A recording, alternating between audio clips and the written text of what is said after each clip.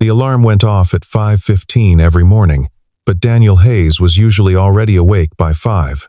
He had learned to lie still in those first minutes, not from peace, but from discipline.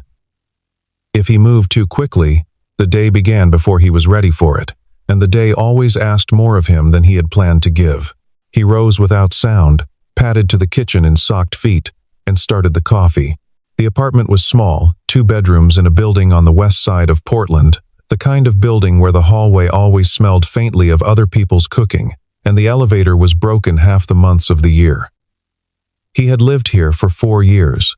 He would probably live here for 4 more. This was not a source of bitterness for him. Or if it was, he had tucked it somewhere quiet and kept the lid on it. He poured the coffee. He checked the order log on his phone. Daniel worked for Bramble and Bloom, a flower delivery service that served most of the city's wealthier zip codes. He drove a white cargo van with the company's green leaf logo on the side. He worked 6 days a week, sometimes 7 if a driver called in sick. The money was not remarkable, but it was consistent, and it was his, and he had Lily. Lily was 6 years old, and she slept with one arm thrown over her face, a habit she had inherited from her mother. She dreamed loudly, not in words, but in small sounds, half-syllables. The occasional firm declaration to some invisible presence in her sleep. Daniel sometimes stood in the doorway and listened to those sounds without identifying them. It was enough to just hear her. He made her breakfast before she woke. Toast and peanut butter on weekdays. Scrambled eggs on the days he had time. He packed her bag. He laid out her clothes on the chair beside her bed, not choosing for her, just offering, because she was particular about her choices and got upset if she had to rush. He had learned this the hard way, in the first year after Emily died, when everything had been learned the hard way. Lily appeared in the kitchen at 6:40, hair flattened on one side, wearing the purple sweater she had chosen herself the night before. She climbed into her chair without speaking and began eating. "Sleep okay?" Daniel asked. "I was arguing with a turtle," she said, without looking up. "Who won?" "I did." She said it with total confidence. He smiled into his coffee cup. She was starting first grade in the fall. She asked hard questions about the sky, about money, about why certain people lived in bigger houses than others. She asked about her mother in the same tone she used for everything else, which was the most heartbreaking thing about it. Because she was too young to know she was supposed to be careful with that question. She just asked it plainly, the way you'd ask where the scissors were. "Where is Mom?" "Mom got sick." Did she know she was going to get sick? No. Did it hurt? "I don't know, sweetheart." He answered what he could. He carried what he couldn't. In the bottom of the bedroom closet, behind a pair of boots he no longer wore, sat a gray banker's box with a torn lid. He had not opened it in 14 months. It held what was left of the case he had tried to build: documents, emails printed on paper, a USB drive in a small plastic bag, 2 legal briefs filed and subsequently buried by attorneys who were very politely paid to lose. He kept the box because throwing it away felt like something he wasn't allowed to do yet. He wasn't sure what he was waiting for. He dropped Lily at school, kissed the top of her head, watched her disappear into the building, and climbed back into the van. The morning orders were routine: tulips to a craftsman in Ladd's Addition, an anniversary arrangement to a law office downtown, a standing order of white orchids to a hotel lobby on the Pearl.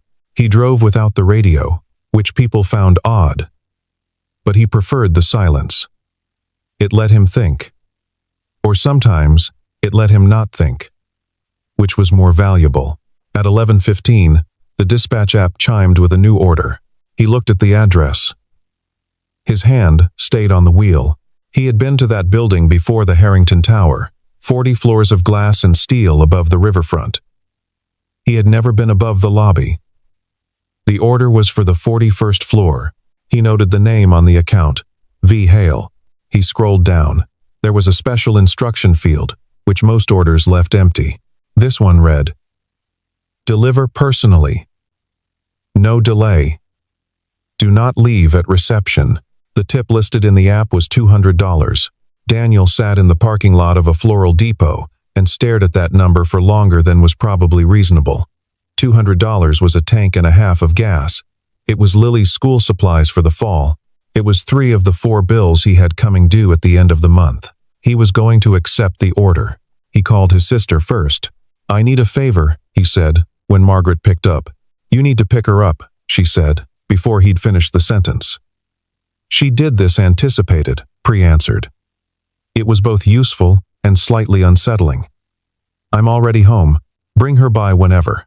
It's just 1 delivery. Should be an hour, maybe less. Danny."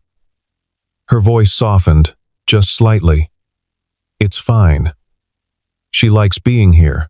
Noah built some kind of fort situation in the living room, and they've been arguing about the structural integrity of it for 2 days. He exhaled. "I'll call you when I'm on my way back." He sat for another moment. He wasn't sure why he was hesitating. It was a delivery. He had made thousands of them. This was an expensive address with an eccentric note attached. That was all. His phone buzzed. Lily's name on the screen. He answered. "Ba?" she said. She had started calling him that sometime in the last year, not from any particular conversation, but because she had heard it somewhere and decided she liked the sound. He had never corrected her. "Hey, Bug. What's up? Mrs. Callahan said we're doing fingerprints tomorrow. Not like bad fingerprints, like art fingerprints. We make animals with our thumbs. That sounds good. Can you come home early today?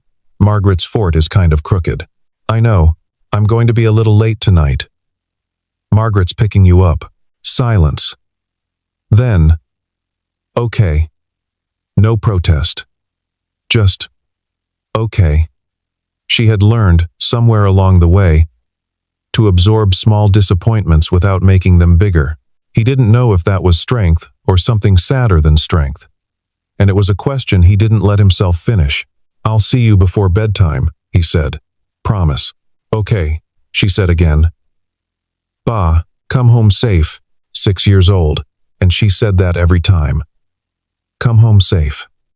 Like she had already learned that people could leave and not return, and she was covering the distance between her and that fact with words. "Always," he said. He put the van in gear.